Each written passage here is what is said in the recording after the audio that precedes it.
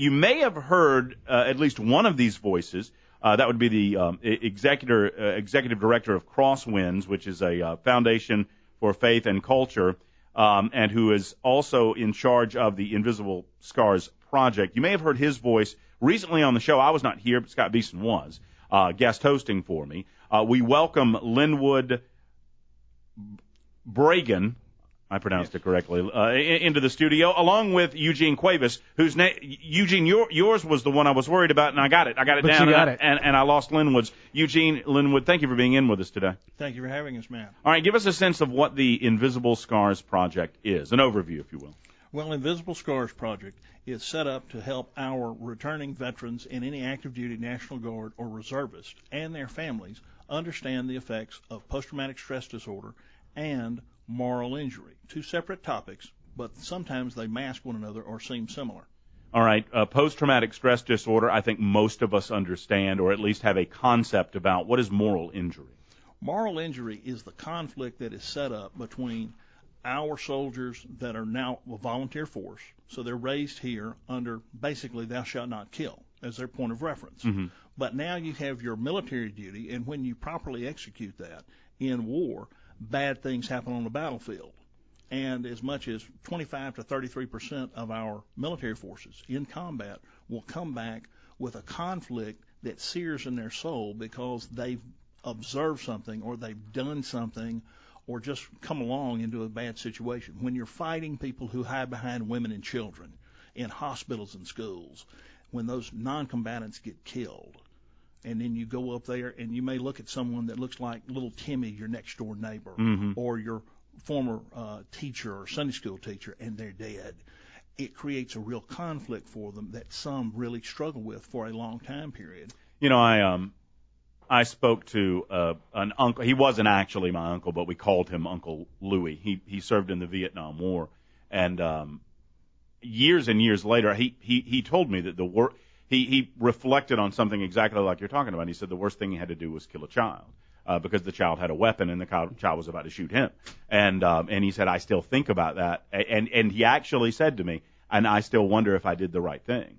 And that's exactly, I would think, what you're talking about. That's exactly it. That conflict between responsibility and duty in the field, yet that also the sanctity of life in that situation of knowing, okay, we don't kill children, but in that situation that was the right thing to do, right. But that moral conflict is where moral injury really comes to pass. And Eugene, I would expect that post-traumatic stress disorder and moral injury are interrelated. I mean, one would think that they overlap to a certain degree. They do. I equate them to a Venn diagram where they're separate space, but then there are spaces where they do overlap, and mm-hmm. someone can have both.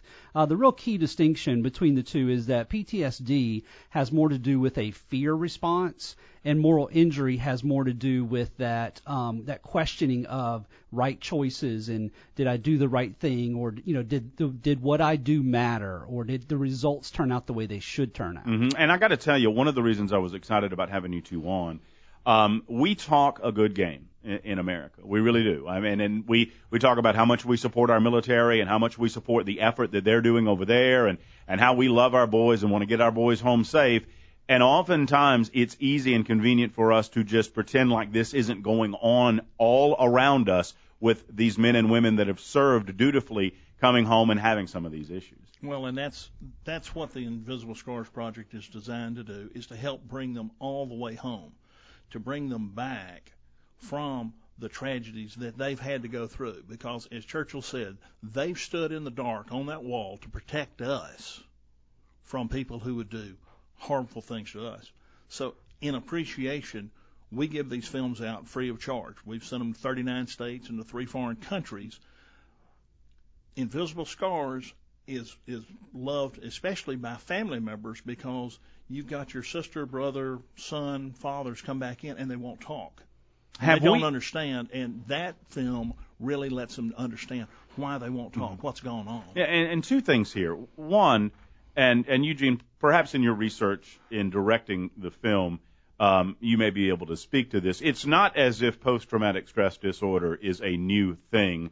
It was, for lack of a better way of saying it, covered up to a certain degree individually and collectively as communities. I mean, men coming home from World War II had post-traumatic stress disorder. But maybe they didn't talk about it. Maybe they covered it up with alcohol or whatever. But this has been, since we've had war, we've had these types of things. Absolutely. In fact, much of the research now has gone back and looked at other historical documentation where people describe war in ancient times, and we can see the same kinds of things that our veterans experience now has been experienced throughout the history of war. In fact, PTSD, we got that term in the 1980s. But going back to World War I and World War II, we had terms like shell shock or soldier's heart, and those were researchers were starting to kind of try to codify what was happening, and as that research progressed, we finally got a kind of an overview of that understanding and a term that locked down. The term moral injury is newer, of course, but this is where the research about war trauma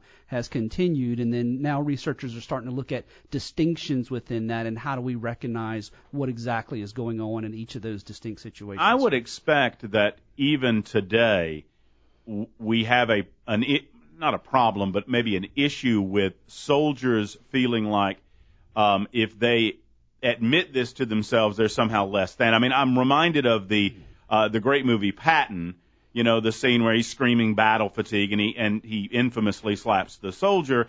And, I would think that as damaging as these issues can be and crippling as they can be, you still have that sense of resistance. We want to try to break that down, right? And let these soldiers know there's nothing wrong with talking about this. There's nothing wrong with addressing it and dealing with it. Well, and exactly that because that's how they come through it. Right. And it's mainly talking veterans to veteran, active duty to active duty, because they've been there, they've got the T-shirt. Okay, I don't have the distinction of having worn our nation's uniform. I'm trying to do my part now. But as we provide those opportunities, as they'll get in there and talk about that, it ventilates it, it takes the stress down, and it pulls it out. But there's a very real hesitancy for members of the military to not want to admit, and you'll hear them say, I have post-traumatic stress, no disorder. Because if they want to go to a job with the FBI, the Secret Service, police, fire department, they don't want to check off the box that, yes, I have a mental disorder. So there is a lack of understanding in America that we need to get through, that it's not a disorder that you can't come back down from, that you can't relieve the stress and normalize your life again. I guess we shouldn't get too far ahead of ourselves. I assume that everyone in the listening audience, and most of them, they're very intelligent folks, so they are going to recognize, most of them, what post-traumatic stress disorder is. But if there's someone that doesn't quite have a grasp on it, Eugene, how would you describe it to them? Yeah. PTSD, or post-traumatic stress disorder, is really a fear response where someone experiences a traumatic situation and that fight or flight mentality kicks in. But what happens is then even after the event's over, maybe even they're back stateside, they continue to have nightmares about that event, or certain situations, sounds, or contexts make them feel like they're back in that traumatic situation. It can be the sound of a car backfiring, or a crowded room makes them feel like I'm in danger again. I've got to get out, or I don't know how to respond to that. What is there a percentage? Do we have an idea of how many soldiers coming home have PTSD? The latest research says that about 25% of soldiers returning from the field will have some kind of acute stress. About half of that number will work through it on their own, come back into good community situations, good work environment, and they'll work through that on their own. That other segment, so about an eighth of them, will have prolonged acute stress that need some kind of further assistance to help work through that. And I would think that it's difficult to figure out why that is, why some folks, maybe it's just the mystery of the human mind, why some this happens to them in a very real and acute way, and some are able to, whatever they're doing, compartmentalizing, or just for whatever reason, they're able to move forward and not be affected in that way. There's some really fascinating research that's happening right now in the areas of resiliency, and looking at how can we prepare soldiers in the training stage to help them become more resilient. Some people may have that as a natural personality. It's just part of their own upbringing. But how can we help others to develop that resiliency that does help them to work through it better? Our guest this morning, Linwood Bragan, who is the executive director of Crosswinds Foundation for Faith and Culture and part of the Invisible Scars Project, and the director of that film, Eugene Cuevas, joins us in studio. Talk to me about the movie, Eugene. Invisible Scars, Hope for Warriors with Hidden Wounds is the feature-length documentary about PTSD. And so to develop that film, we went around and interviewed veterans from the last couple of generations of combat, and we talked to experts in the field of medicine and psychiatry and psychology and let them tell their stories. And so it's really pretty fascinating when you just give a veteran that space and let them talk about the things that they haven't been able to talk about, the kind of candid conversation that you can have. And so the stories are moving and powerful, and people talk about their time in war, but they talk about more specifically how difficult it is coming home. I've often said that I would love to be a documentary filmmaker, and I've often said I would never be able to do that because I've been told, and you can tell me better, Eugene, that the most important aspect of what you do is to get out of the way and allow these stories to unfold in their own way. Is that?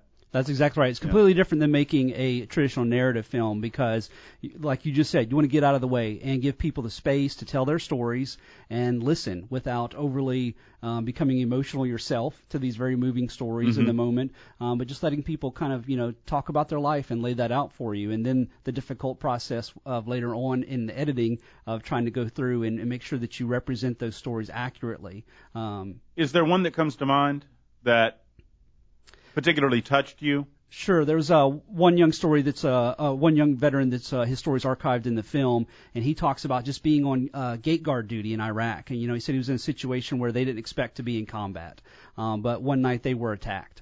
And that mortars start hitting the gate, and he and his gate guard battle buddy are knocked to the ground, and so they immediately engage, and once the enemy started firing on them, they had permission to open up and start firing back.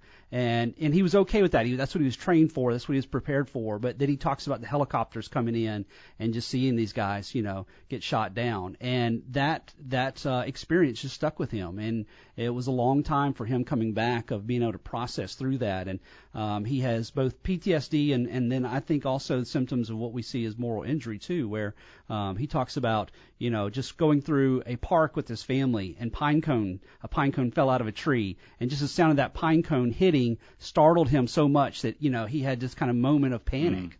But then just kind of dealing with the choices that he had to make in that situation and the ultimate impact of that. The film is called Invisible Scars, and we'll talk about how you can get a copy of that here in just a moment. You were relating that story, and it reminded me of a documentary done on World War II on D-Day. And they did it from three different perspectives: an American who was landing, a British soldier, and a German soldier. And the German soldier was telling he was a part of a sniper's nest, and he was not the machine gunner. He was, I guess, assisting the machine gunner.